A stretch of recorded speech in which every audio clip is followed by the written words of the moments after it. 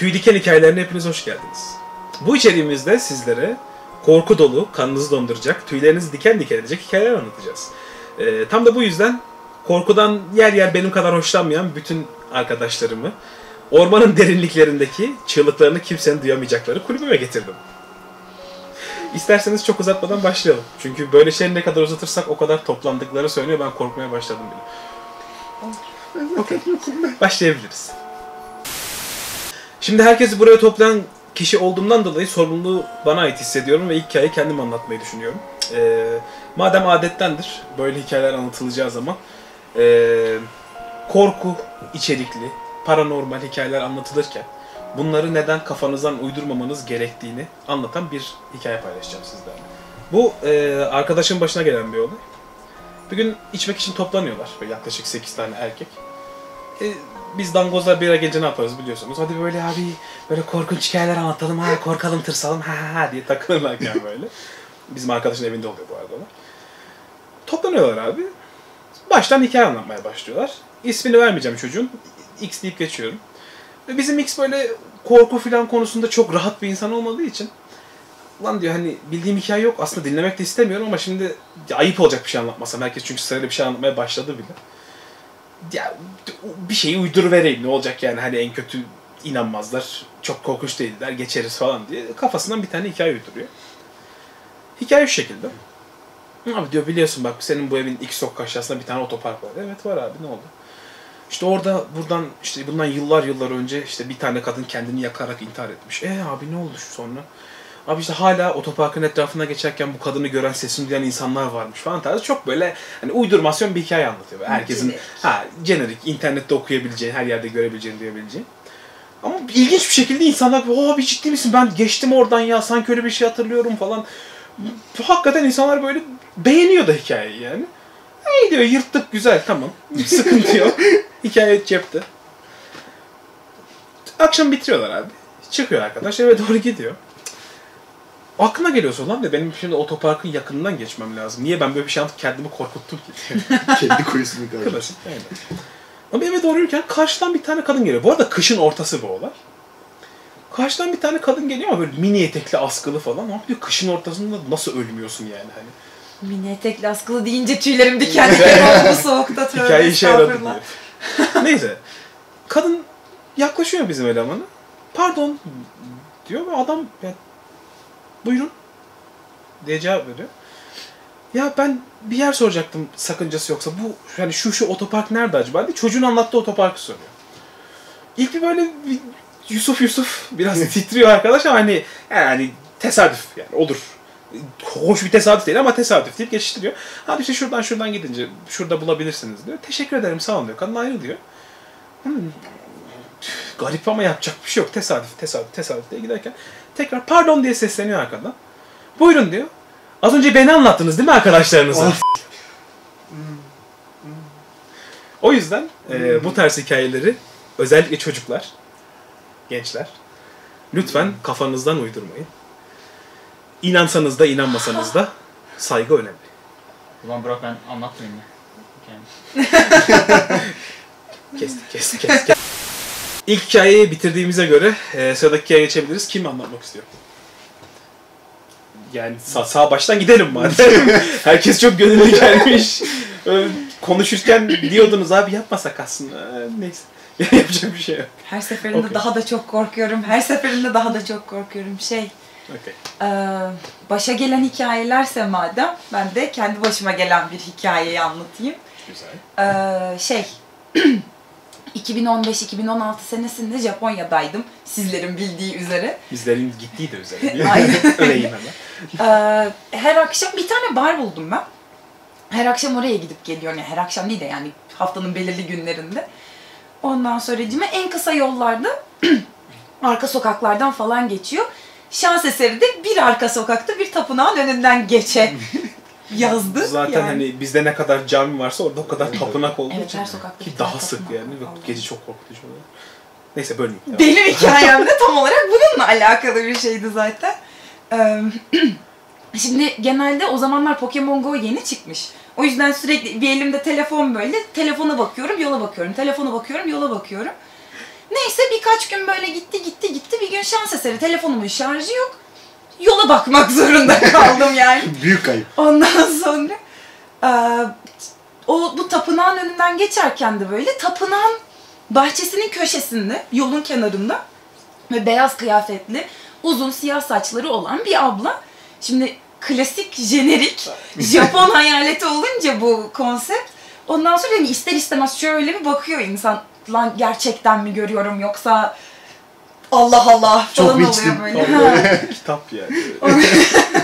Ondan sonra ama şey de yok böyle hani ekstra bir glow'u falan böyle bir parlaklığı falan da yok yani düz insan gibi de görünüyor. Ondan sonra neyse o kadar dik bakınca haliyle bir baş selamı verdim, devam ettim ondan sonra.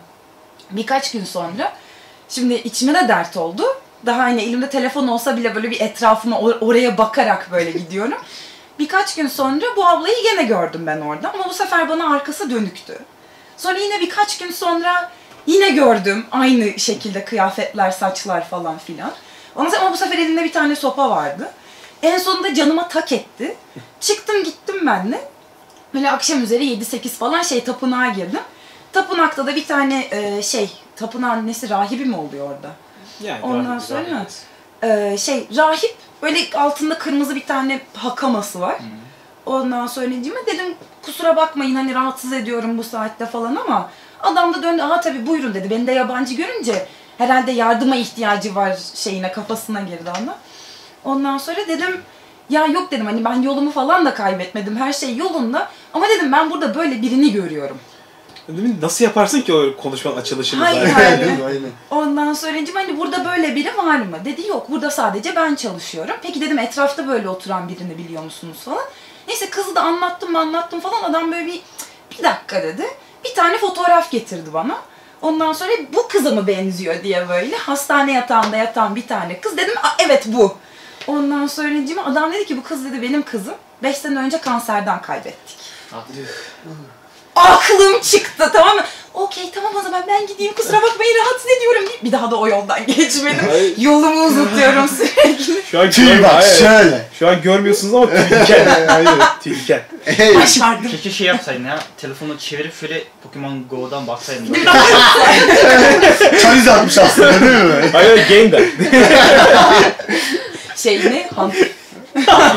Rahip kızı. Hayalet tarzı Pokemon. Pokédex abi. Ay. Abi rahatsız. Evet. Ama yani şimdi hani bilmiyorum şeyden mi ne derler hani yöreden midir? Japonya'da hakikaten böyle bir rahatsızlık var. Hani biz de bilmeyenler tabii ki elbette almost herkes neredeyse. Biz de hani bulunduk bir sene Japonya'da. Rahatsız bir havası var gerçekten. Yani buna dair hikayeler de gelecek bir ara ama bu kadar böyle hani nasıl diyeyim etten kemikten rahatsız yani. Hani hoş değil. Hiç hoş değil. Hayalet deyince böyle bir Değil mi? Yani yarı görünme, biraz geçirgen bir oldu. şey bekliyorsun. Havada uçan böyle Ne gezer. bileyim. Ayaklarına baktın mı bu arada?